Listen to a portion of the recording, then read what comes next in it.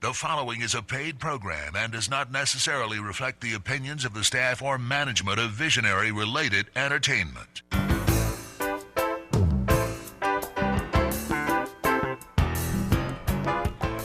Aloha and welcome everyone to Maui Nonprofit Notes, the weekly radio show where we talk story with Maui's nonprofit executive directors and their staff to find out how they're working to support the needs within our community. Maui Nonprofit Notes is generously sponsored by Pacific Source. If you're building or remodeling a home, you've just got to check out their new, well, it's not new anymore. It's like new. It's everything in there is new. It's at the Waikapu Bayshard. This is going to be a good show, and I can tell already.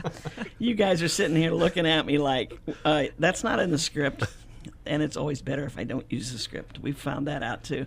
Anyway, I'm Susie Tiemann, president of the Maui Nonprofit Directors Association and executive director of Lokahi Pacific. As you know, if you're a regular listener to the show, each week we share the experiences of how our agencies are working to benefit our island home with stories of how these agencies change lives, change communities, and create miracles of hope for those in need.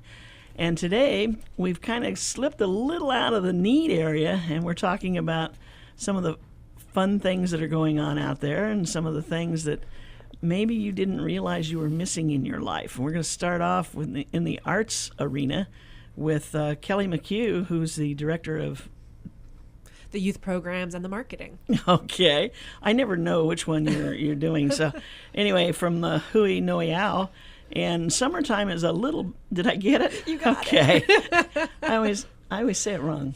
Yeah. But we're on a better track today. You've got a few things going on up there this summer. We sure do. Summer is a major high season for us.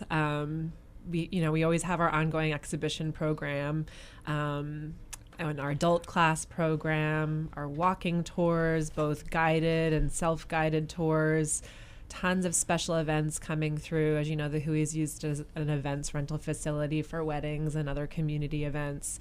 And at the top of my list, our Keiki Art Camp program, which is bananas right now. We have so many children coming through and creating till their heart's content, sculpture and doing some song and dance and play and theater and painting and printmaking and felting. And it's just been so energetic up there. We're very busy and having a great time. I want to know about this, the preschool program that you did, hand building and wheel throwing. That's separate from our preschool program, actually. We have a hand building and wheel throwing class for age 10 and up. That begins in August. But we do, we just wrapped up our preschool program and we're applying for funding again. The Sam and Mary Castle Foundation actually funded that for us. We were able to offer, our goal was 150 preschool students, visual arts-based curricula for both themselves and their educators. And we ended up serving about 300 with the funds that we got. So we were really, really excited to double our numbers. Wow. And offer that for free, which is so rare. And, their mission is really to bring the arts back into the curriculum because, as you know, there is a need for that because it's been wiped out of the system pretty much, the public school system. Mm-hmm. So we were really happy to be able to partner with them and offer that to the community. I just kind of got a charge out of the title of it. And then the other one for ages 2.5 to 5, Tiny Hands. Tiny Hands, yes. Led by the one and only Jessie Stewart. And she's been running that program out of the Hui for more than 20 years. So it's really, we have a picture in our most current newsletter of one of her students when he's, I think, 3 or 4 years old, Valentin Miro Quesada. And now he is one of my teaching artists at the camp. Soon to be graduating from art school in Chicago. So it's a great program. It's kind of like a mommy and me or a guardian and child class. And we have such a demand for parents that want to learn alongside their child. So that's a great opportunity for 2 to 5 year olds to come and make art with their... It's got to be exciting to see somebody who took a class as a really young kid coming back, as you say, getting ready to graduate from art school. Yeah, absolutely. And we have other, our latest exhibitions coordinator who's been with us for many years as a programs assistant, Lana Coriel, was in the Tiny Hands class as well as a little keiki. So that's kind of the beauty of being part of such a great community center. It really does serve folks local to the area, and you hear stories from teens and adults that have been attending classes for 10 and 20 years, which is really exciting. Yeah, that's neat. Yeah, it really is. It's really special. So, I guess I think about the other side of the coin. What if that class hadn't been there? What if that class hadn't been there? I think that's why it is there. The demand is there. Yeah. And the demand continues to grow for those opportunities and more for that age group.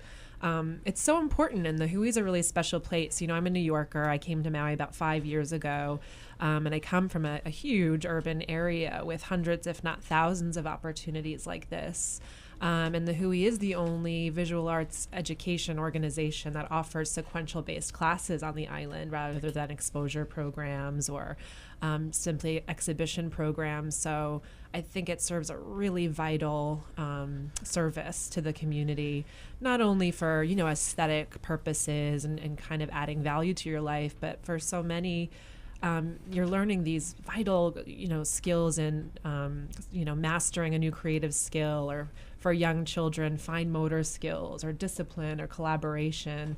And a lot of these people do go on to be engineers or doctors or rock stars. They don't necessarily have to grow up and be a painter when they grow up. It's just giving them those vital skill sets that they're really not getting anywhere else on Maui. That's great.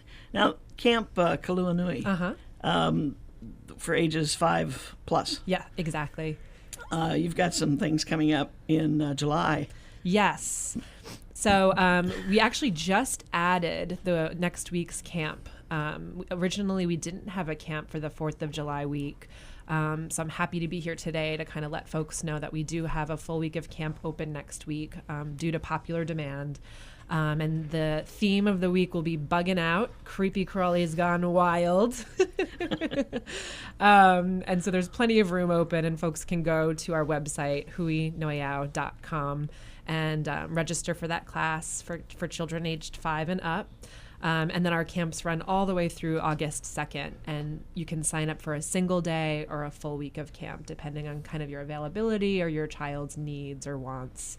And then we are launching our youth art exhibition on July 13th, and that runs just for a couple of weeks. But our goal is to exhibit one piece of artwork for every single child coming through the doors of our Camp Kaluanui program. Oh, wow. So we tend to end up with more than 200 students that come through the program, and they have a really tough time deciding which pieces to submit. So we'll have like 400 to 500 pieces in the exhibition. And we celebrate that exhibition with a free community event on Saturday, July 27th, called Family Day, a community celebration of the arts.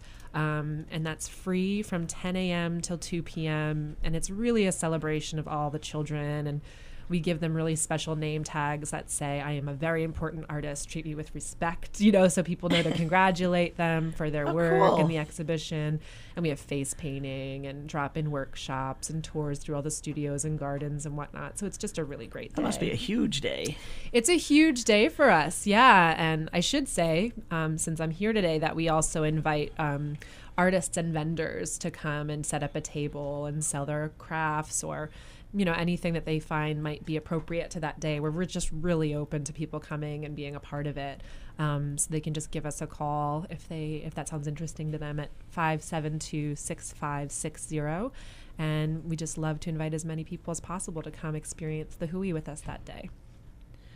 Now, on that day, these items are for sale, right?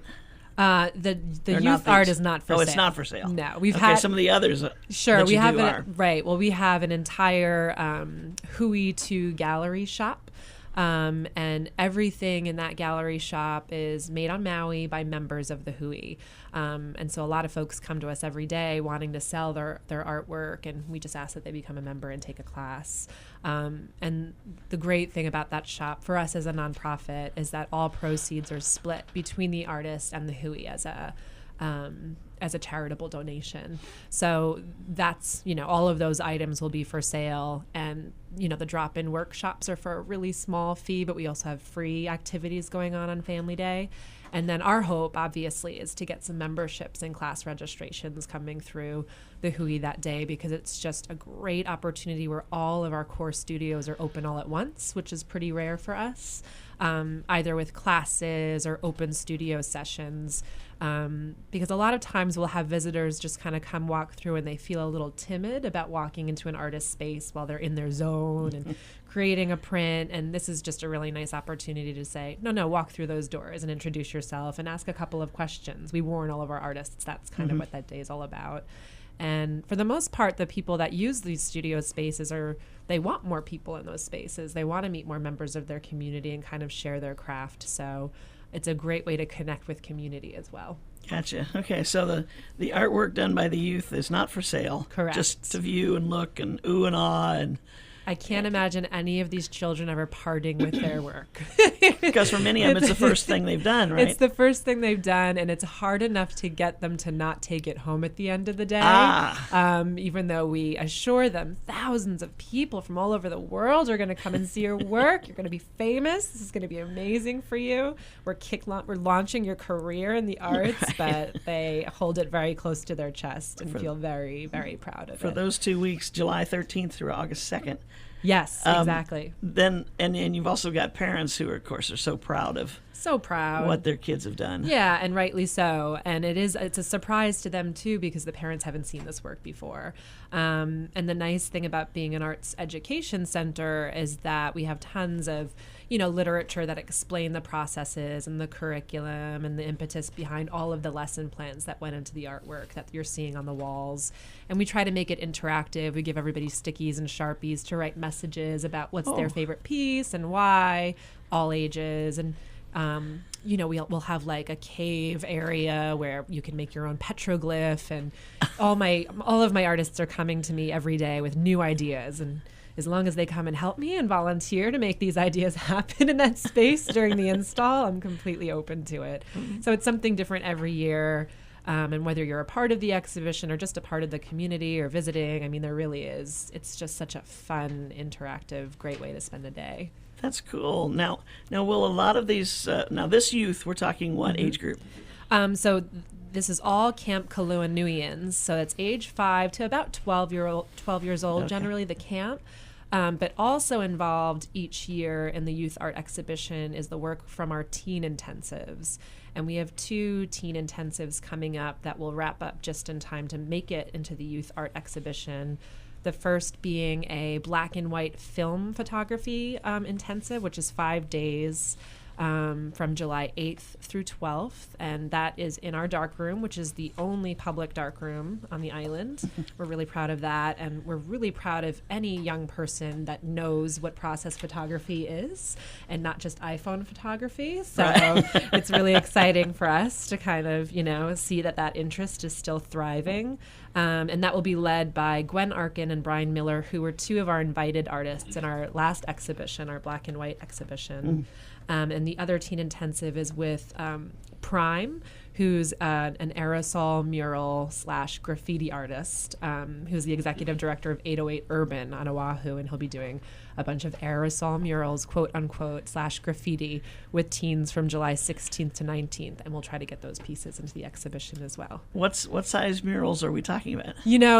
We just found this new format where you can kind of take cellophane wrapping, like you wrap your furniture with, and wrap it between trees. And it's really low cost, and we have, hundreds of trees on the property. So if the weather cooperates, these could be 30 feet in width.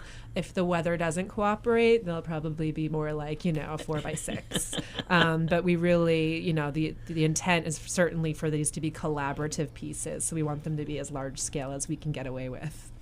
When I first saw this information on the art of black and white photography, first thing that popped into my head was that commercial that's on TV. Which one? This is the sunrise somewhere in black and white, and here's the sunset. Yeah, and it's either the other black or white, and you're sitting there going, right. But there's something about real black and white photography that's just, it's awesome. I think I like it better than color. Yeah. In many cases. Yeah. I mean, it's all personal preference, and that's one of the best things about being in the arts field, hearing opinions like yours. And it's just a really beautiful traditional art form, and I really want it to stick around. So we're excited that people are still showing an interest. It is tough. It has been tough to keep that program up and running. I'm not going to lie, but it's good just to kind of be here and let folks know that we have that public darkroom space, and we have open studio time, and we do have classes, and we have, some of the best folks on the island that are in there teaching everybody how to use those chemicals and enlargers and whatnot, because there's nothing more magical than standing in that darkroom in the pitch black after your eyes have adjusted, and you have your paper immersed in the chemicals, and slowly that image starts to appear. And it's like Christmas morning. You don't really know what it's going to look like throughout the whole process of shooting and developing your film, and hours later playing with enlargers and learning about all the settings. And there you are. You really earned that moment, Exactly. Yeah. On that note, we're going to take a short break for Pacific Source. Aloha from Pacific Source, and thank you for your support over the years. Pacific Source has offered more of what builders and homeowners value most in building materials and cabinet design. We've done this by offering superior customer service and products, as well as by designing kitchens and baths that are intelligent and elegant while staying true to your vision and budget. Visit our showroom in Waikapu in Central Maui, where we display a variety of cabinets as well as top-name appliances like Sub-Zero, Wolf, Viking, KitchenAid, and more. We display countertops, tile and wood flooring, and several brands of windows and doors, including Fleetwood multi-slides and La Cantina folding doors. Come in and talk to our designers about making your dreams become a reality. From concept to completion, we really believe our attention to detail and superior service are what sets us apart. Let us show you what we mean.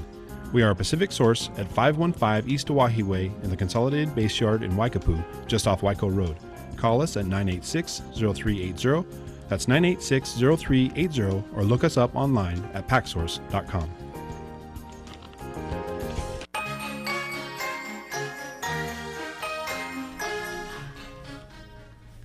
And thanks to Pacific Source for their sponsorship of our program. We really, really, really appreciate them. We're talking with Kelly McHugh here of the Hui Noiau, and we're talking about some of the different classes they've had and they're having during the summer. Talking about some of the youth exhibition coming up.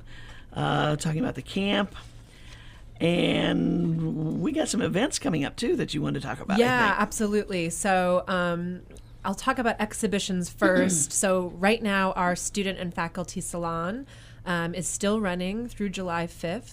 And we've sold a good deal of pieces, I think, because this exhibition, like the pieces are kept at such accessible prices, because many of the artists exhibiting, it's their first time, because it exemplifies what's happening in our classrooms. Students are exhibiting alongside the teaching artists that they worked with, and open studio users are showing maybe in mediums they haven't experimented with before. So 209 pieces were submitted, 107 were selected to be shown by 15 curators representing our different core departments at the Hui. And it's just been a great show. I just really encourage people to come up and take a look anytime before July 5th. And then obviously the youth art exhibition for kind of that 2 weeks in between, before our next big major exhibition, which is the solo artist exhibition, which runs from August 10th to September 20th. And this is a really special exhibition to us and in the state of Hawaii. It's unique in that we submit a call for proposals about a year before this exhibition launches, and challenge 2 Hawaii-based artists to create entirely new bodies of work. And you get your notice in December or January, I believe, and have just 6 months to create an entire new body of work. And our exhibitions committee selected Jonathan Yukio Clark, who's a Maui-based artist, and he's young. I think he's in his mid-20s, and is doing mixed media work. I know that he was the Max only artists that had ever received the jurors prize and the People's Choice Award for their Schaefer Portrait Challenge last round. So we're really excited to give him the opportunity to create an entire new body of work. And we had a studio visit with him yesterday and kind of got to see he's about 50% complete with his body of work, and he's amazing. It's going to be really, really exciting. And Chenta Lori, who's a fiber artist, is going to be the other solo artist. So again, the beautiful thing about this exhibit is rather than having, as we do now, 107 different works by 107 different artists, which is really exciting in its own right, you'll see 2 complete bodies of work by 2 Hawaii-based artists that created the collection, installed the collection. They're helping market their collections. And then you'll have opportunities just to meet them. They'll be doing walkthroughs and classes and whatnot. So that's one of the huge advantages of being part of a community gallery space. And then in September as well, we'll have our receiving day for our next open call for artists for an exhibition called Going to the Dogs. So this is our quirky, fun exhibition of the year. Work in all mediums will be accepted that basically address the theme of dogs. So that'll be really fun. And that will be our exhibit through October and November. And so that kind of leads us into November, which is our 7th annual Hui Noia Wailea Food and Wine Celebration. And I'm talking about that this early in the game because we just opened our website to start selling tickets, because I believe our capacity is about 125. And we've already sold, I think, a good percentage of those tickets. Wow. So it's a huge fundraiser just solely for our open studio program, which really needs it. It's really helpful to have a space for artists living on Maui that don't have their own studio spaces and come to us and work with our technicians and in our equipped studio spaces. Again, it just fulfills a need that does not exist anywhere on Maui. So it's important to us to support those artists and that program as much as we can so that it can exist. Now they need, excuse me, they need to bring their own supplies and things when they come in. They need to bring their own supplies, but we provide the equipment and the space. Exactly. Or they can purchase some supplies from us. Okay. And so the benefit of this event is that one of our open studio users actually launched it, Jim Polin of Chambers and Chambers Wine Merchant, several years ago, because he was an open studio user and just saw the need and came to us and just is really great at getting restaurants and different vintners to donate, food and wine to us. And Hotel Wailea has been so kind to donate space to us so that we can offer these small plates and wine pairings and do some auctions to support that open studio program. And it's a great field trip for us to go to Wailea. Everything else we do is at the Hui. So we all get really excited to kind of see the other side of the line. Yeah, exactly. I would venture to say that probably most of the people are repeat guests. It's interesting. There's a core group of our Wailea supporters that we see year after year, and it's probably the only time we see them because they want us to come to them, and we love it. But we have seen the audience get younger and younger over the last couple of years. We've kind of started to position it, as a fun girls' night out or date night out, and for the price, tickets are standard are $150 and VIP with butler service and other little goodies is $250. And for me, we're looking at, Spago and Five Palms and some of the best chefs and restaurants are represented. And these bottles of wine are just, I'm not a wine connoisseur, but it's really, really exciting. It's just, I think it's a great price. You're getting a lot of bang for your buck with that ticket price. Gary said he wants 2 tickets. Oh, Gary, you can call and purchase them today. That sounds great. Wow, it does sound great. Coming up in November. Yeah, wow. So that'll be November 15th at Hotel Wailea. Okay. So that's kind of our big event that we're really focusing on right now outside of our exhibition programs.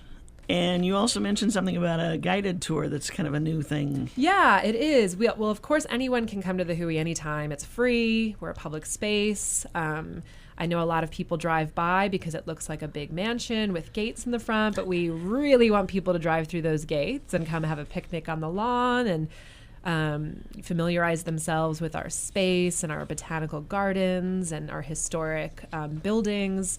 But if you'd like a little bit more information and want to learn a little bit more about the history and the culture and the botany, we do offer guided tours for just $12 per person. And those are every Monday, Wednesday, and Friday, either at 10:30 in the morning or 1:30 in the afternoon. We just ask for 24 hours advance notice so that we can gear up and make sure that we're prepared Cool. for you to come. Now, is the Hui open on 4th of July? The Hui is open on 4th of July. But no classes.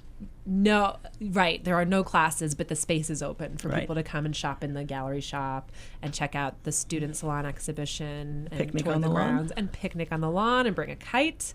It's Oh, my what a favorite great thing to see place. people flying kites out on the front lawn. What a 'cause it's great such place huge, for the vast 4th of July. space. Yeah, exactly. Oh, terrific. Well, just like that, our half hour is up, Kelly. Can you believe it? I can't believe it. Thank I you. know. You've got so much going on, and we kind of take a little bit at a time here and talk about a couple months worth. And then the next thing we know, it's time to come back and talk about the next couple of months. The coffee charge worked. Terrific. So thank you for being here. And again, that phone number is, I just had It it. is 572-6560. There you go, 572-6560. And normal hours, 10 to 4 10 to 4 every day. every day. So stop by and take a look, check out the exhibits, check out the classes, see what the kids, the teens, the adults are all up to with their artwork in the various mediums. Fabulous. Thank you, Kelly. Thank you so much. We'll see you later. Okay. Now we're going to turn to the Bailey House Museum. Talk about different mediums. Yeah. Yeah, I'm going to turn the... Actually, what's the time frame between the history of the Bailey House Museum and the what's the name? Kaluanui. Kaluanui building or plantation or whatever it was called at the time? I You don't don't know know. exactly, but I know that Bailey House is older. Okay. We know that, but I don't know exactly the difference in age. Do you remember what year it was built? We were built in 1917. Oh, we were built in 1832, 33. So 80 You win. years. Yeah. You got it. No, So no not question. not quite Okay. 100 years. Yeah, Yeah. 80 some years. That's cool. Yeah, So, but both filled with lots and lots of history. right. We have art as well, That's true. You but it's sure art do. that was made in the 19th century. So Right. it's a lot older than your art. And we don't have it. It's not often being created up there. Although we do have Lauhala weaving classes and so on. And somebody just suggested that we do a Giotaku class because we have a Giotaku artist that volunteers for us. Now so- you're way over my head. Well, sorry. Giotaku is like fish rubbings. Okay. It's beautiful. If you've never seen it, you've got to come by and see it. We have it in our shop. One of our volunteers does Giotaku, and her husband goes fishing and brings home the fish, and then she does the rubbings of them. So every single Giotaku is unique. Right. They're, No two fish are alike. and even if you do two of the same fish, Right. say, it's Oh, gonna I be see. different. Okay. Yeah, 'cause everyone you're is rubbing- unique, yeah. right? And the colors that she adds to them and so on. So that's one of the things that someone suggested we do. Ah. So Do that it. would be interesting. Yeah. I mean, how many Giotaku classes can you have on this island? I don't think You can any never at this. have too many. So we do some art, but mainly we focus on history. Gotcha. So Bailey House Museum, Maui Historical Society, kind of handles things at the Bailey House Museum. Yes, Is that the way it Maui works? Historical Society is the nonprofit that runs the Bailey House Museum. Okay. Correct. And the Bailey House Museum is owned by them? Yes. Well, it's all Okay. it's all Maui Historical Society. It's just the museum's called the Bailey House Museum. Gotcha. Okay. Yeah. So we're talking with Travis Schnepp, who is about to leave. We call me the outgoing executive director. Okay. You have always been very outgoing. Seriously. Yeah. From the minute you walked in the door, you were outgoing. Yes. We won't go there. And I'm being replaced by Donald Crabe, who was our incoming executive director. He takes Okay. over this next week, officially. 1st of July? 1st of July. So Donald is the new outgoing, incoming, Incoming. Yes. but he has this outgoing personality. That's what Yes, we're talking about. He does, yes.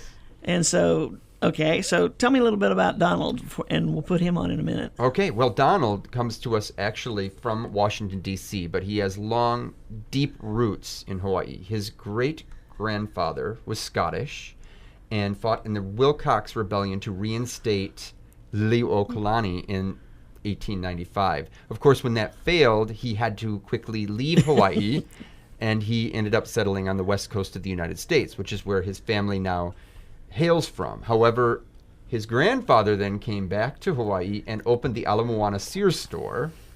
So he has long, deep roots to Hawaii, back to Liliuokalani. Which they're getting ready to close. I know. Or yes. have closed. I think they have closed Yeah. it actually. But so that's his background as Wow. far as the historic background. Donald himself has, for the last 20 years, I believe, worked in historic preservation law. He's a lawyer. So he has a lot of connections throughout the United States and the world with other historic preservation entities. So he comes to us with extremely important background that's going to really help us out Yeah. at the museum. Cool. So, that's basically my quick bio of Donald. Okay, so what took you to Washington? Well, when I graduated from law school back in 1982, I wanted to go to Washington to get a few years of Washington experience and then come back out to Los Angeles. And of course, I stayed there for 32 years. You get sucked into the culture there. And so that's why I stayed back there for so long.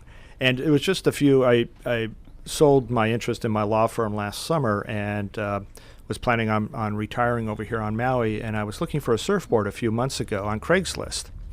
And I noticed that there were jobs there, and I thought, well, I'm going to have a lot of time on my hands. Maybe I can find something to do and volunteer and use my experience. So I saw this position opened up for the executive directorship at the Bailey House Museum, and thought I would just send my resume in there. And knowing the culture of Hawaii, I knew that it was important in my cover letter to mention my connection to the state, going back to my great-grandfather. So I did that, and then later on I was told, after I was hired, that if I didn't have that paragraph in that letter, that they probably would never even call to talk to me. And it was interesting. I gave this letter to my son to read, and he to take a look at it, and he brings it in, and he goes, "Why do you have this paragraph in there? It makes no sense."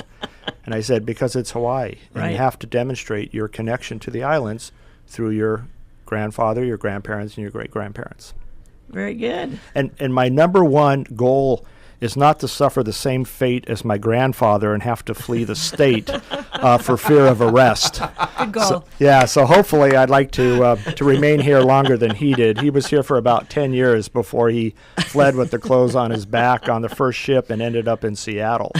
So if I can achieve that, then I'll be happy. That's something like picking and choosing your battles. Yeah. Yeah. Very good. No, that's fascinating. So, is there any other of your family here at this time, or? No, it's just me at the moment. Okay. I have two children. They're in graduate school in Tennessee, and my wife has decided to stay back on the East Coast for a few years and finish her career, and then she'll come and join me here as well. Perfect. Wow.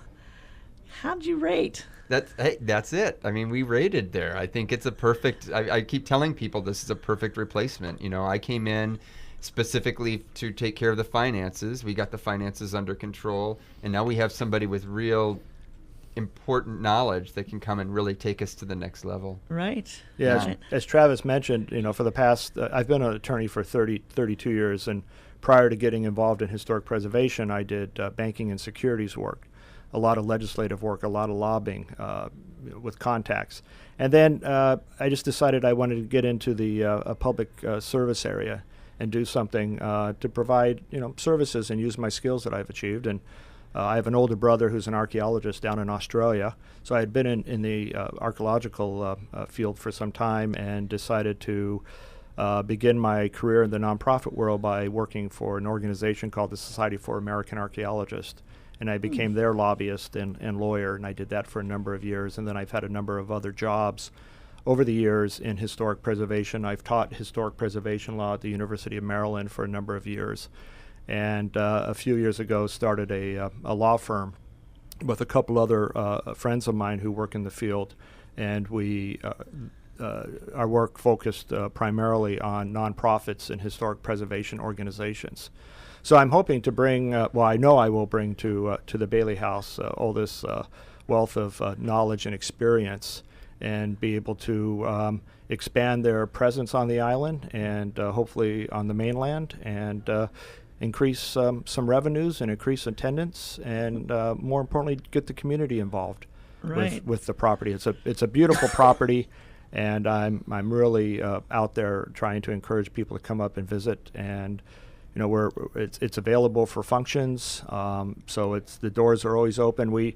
There's a woman every morning that comes in before we come to work, and I ran into her today, and she just walks around the property and gets strength for the day. There you go. Because it's just so peaceful Yeah. up there. And we will get into more of that when we come back from this break. Aloha from Pacific Source, and thank you for your support over the years. Pacific Source has offered more of what builders and homeowners value most in building materials and cabinet design. We've done this by offering superior customer service and products, as well as by designing kitchens and baths that are intelligent and elegant while staying true to your vision and budget. Visit our showroom in Waikapu in Central Maui, where we display a variety of cabinets as well as top-name appliances like Sub-Zero, Wolf, Viking, KitchenAid, and more. We display countertops, tile and wood flooring, and several brands of windows and doors, including Fleetwood multi-slides and La Cantina folding doors. Come in and talk to our designers about making your dreams become a reality. From concept to completion, we really believe our attention to detail and superior service are what sets us apart. Let us show you what we mean. We are a Pacific Source at 515 East Oahe Way in the Consolidated Base Yard in Waikapu, just off Waiko Road. Call us at 986-0380. That's 986-0380, or look us up online at packsource.com.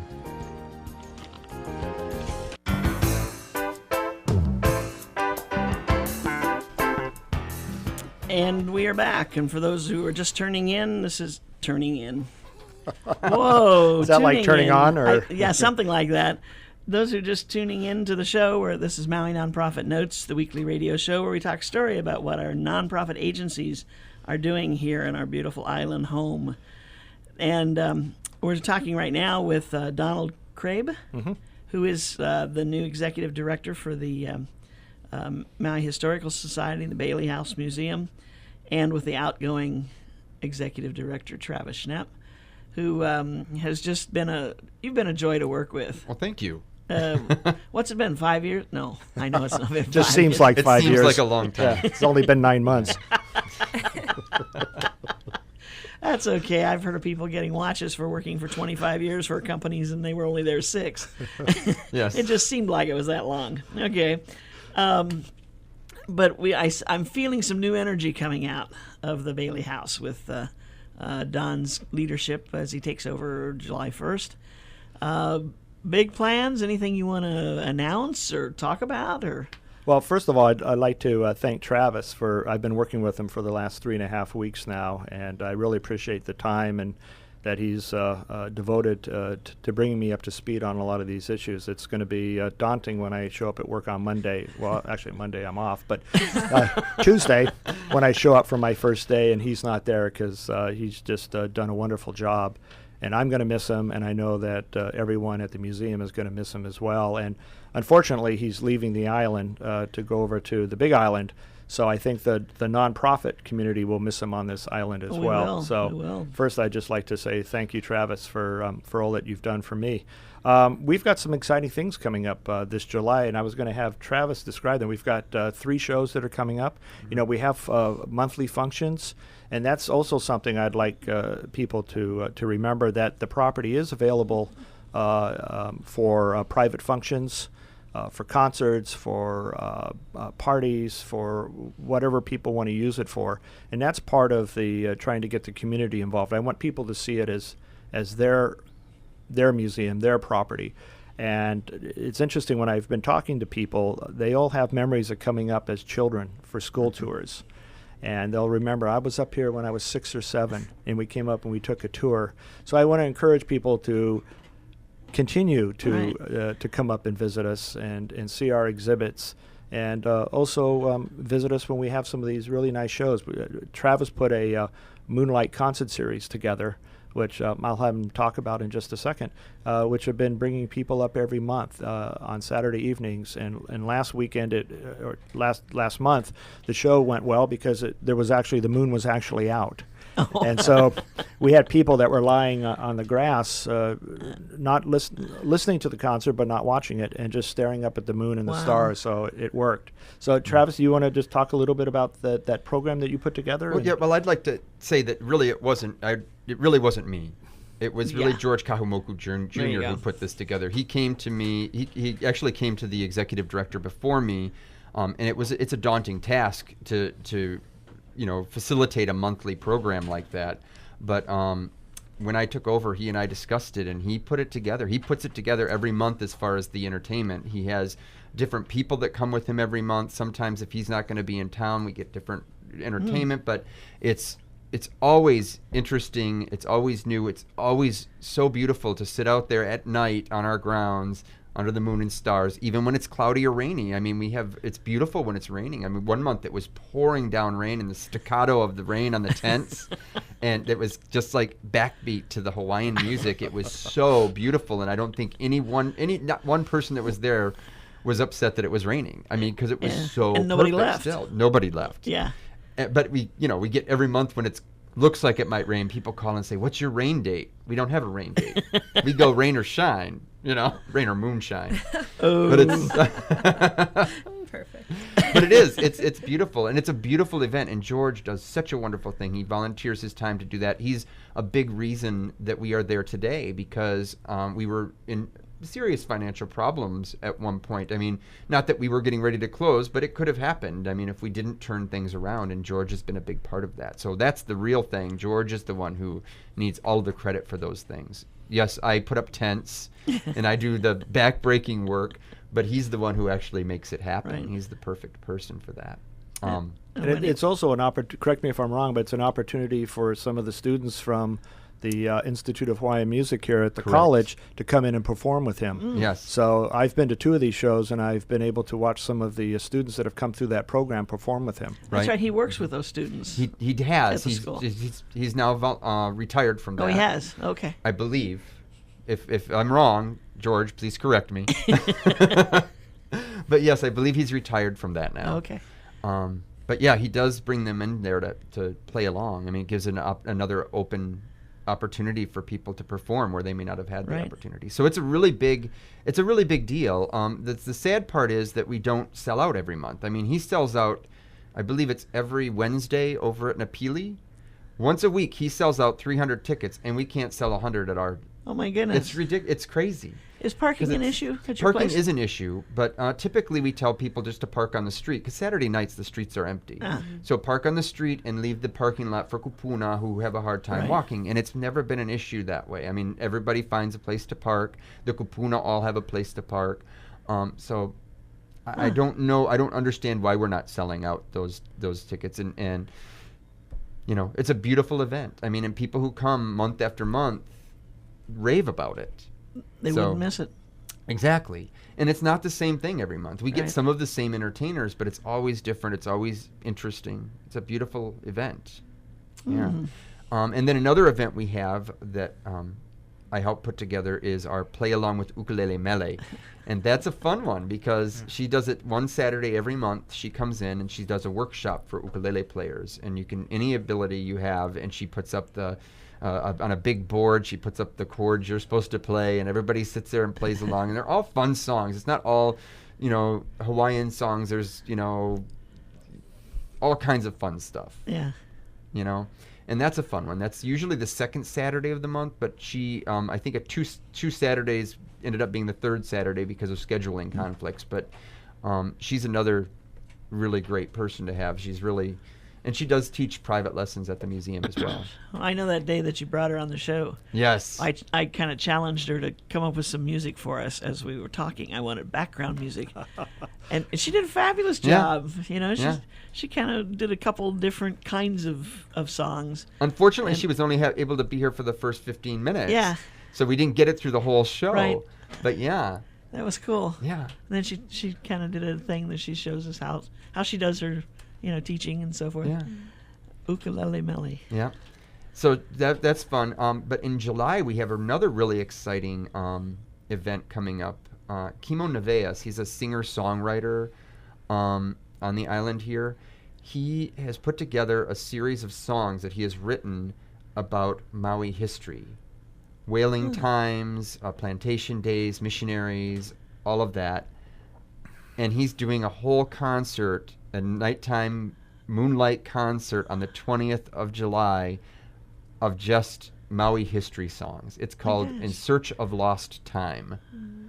And I'm very much looking forward to that one, the 20th of July. Now, this is not just telling a story with music behind it. This No. is set to music. It is set to music. They're actual songs of Maui history. Oh, okay.